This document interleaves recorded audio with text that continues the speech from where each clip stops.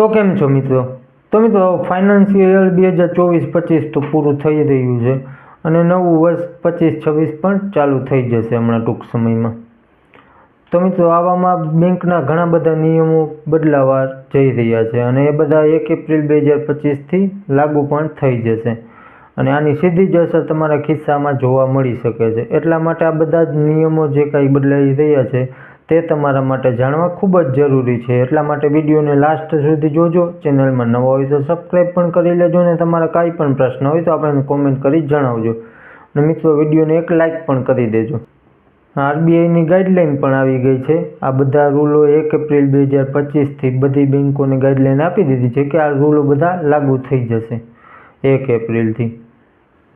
તો આ કયા કયા રૂલ છે આપણે ચાલો આ વિડીયોમાં જાણી લઈએ. તો મિત્રો પહેલો તો બદલાવ એ જ થઈ રહ્યો છે કે આપણે સેવિંગ એકાઉન્ટમાં મિનિમમ બેલેન્સ હોય એમાં વધારો કરવામાં આવશે. એટલે કે જે પહેલાં આપણે મિનિમમ બેલેન્સ માની લો કોઈ પણ જગ્યાએ આપણું સેવિંગ એકાઉન્ટ છે અને એમાં મિનિમમ બેલેન્સ 1000 મેન્ટેન કરવાની હોય તેમાં વધારો થઈ જશે. એ 1500 થાય, 1200 થાય કે 2000 થાય એ કંઈ નથી, પણ તેમાં વધારો કરવામાં આવશે. અને ત્યાર પછી જે એમાં ચાર્જિસ લાગતા હોય આપણે મિનિમમ બેલેન્સ મેન્ટેન ન કરીએ અને ચાર્જિસ જે પણ લાગતા હોય એમાં પણ વધારો કરવામાં આવશે.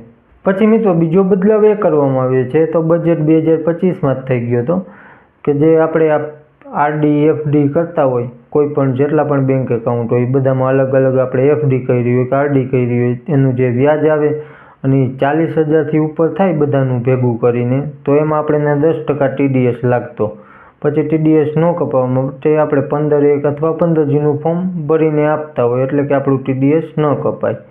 પણ હવે તેમની લિમિટમાં વધારો કરી દીધો છે અને સિનિયર સિટીઝન માટે તેની લિમિટ 1 લાખ રૂપિયા સુધીની કરી દીધી છે અને નોર્મલ માટે 50,000 રૂપિયા કરી દીધી છે. 40 હતી તેની 50 કરી દીધી. એટલે કે તમારે 50,000 સુધી કોઈ પણ TDS ન ભરવો પડે અને એના માટે તમારે 15Gનું ફોર્મ પણ ભરવાની જરૂર નથી. પછી મિત્રો વ્યાજ દરમાં બદલાવ કરવામાં આવશે. એટલે કે અત્યારે લોકો જે એફડી કરતા હોય તેમાં નોમિનલ કાંઈ એવો ખાસ ઇન્ટરેસ્ટ રેટ હોતો નથી. એટલા માટે લોકો એમાં વધુ પડતો રસ લેતા નથી, કારણ કે તેમાં રસ લેવા માટે જ એમાં લાંબા ગાળાના રોકાણ જે કરતા હોય એફડી લાંબા ટાઈમ માટે કરતા હોય તેને વ્યાજ દરમાં પણ સારો એવો આપવામાં આવશે. એટલે કે લોકો આકર્ષિત થાય એફડી તરફ અને એફડી કરે એટલા માટે તેમાં વ્યાજ દર ઊંચો લઈ જવામાં આવશે. ત્યાર પછીનો રૂલ છે મિત્રો NPCI તરફથી. એટલે કે 1 એપ્રિલથી ઘણા જ યુપીઆઈ બંધ થઈ જશે. જે લોકોના મોબાઈલ નંબર હોય એક લાંબા ટાઈમથી ઇનએક્ટિવ હોય એટલે કે ચાલુ જ ન હોય એ નંબર, એવા નંબરના યુપીઆઈ બંધ કરી દેવામાં આવશે. તેનું પણ કારણ છે કે જે આપણે આ યુપીઆઈ હોય એ તમારી બેંક સાથે લિંક હોય અને કંપનીઓ શું કરતી હોય જે તમારું કાર્ડ હોય માની લો કે કોઈ પણ કંપનીનું તમારી પાસે કાર્ડ છે એ તમે 90 દિવસ સુધી બંધ રાખો ને એમાં રિચાર્જ ન કરો એટલે એ નંબર બીજાને આપી દેતી હોય છે કંપની.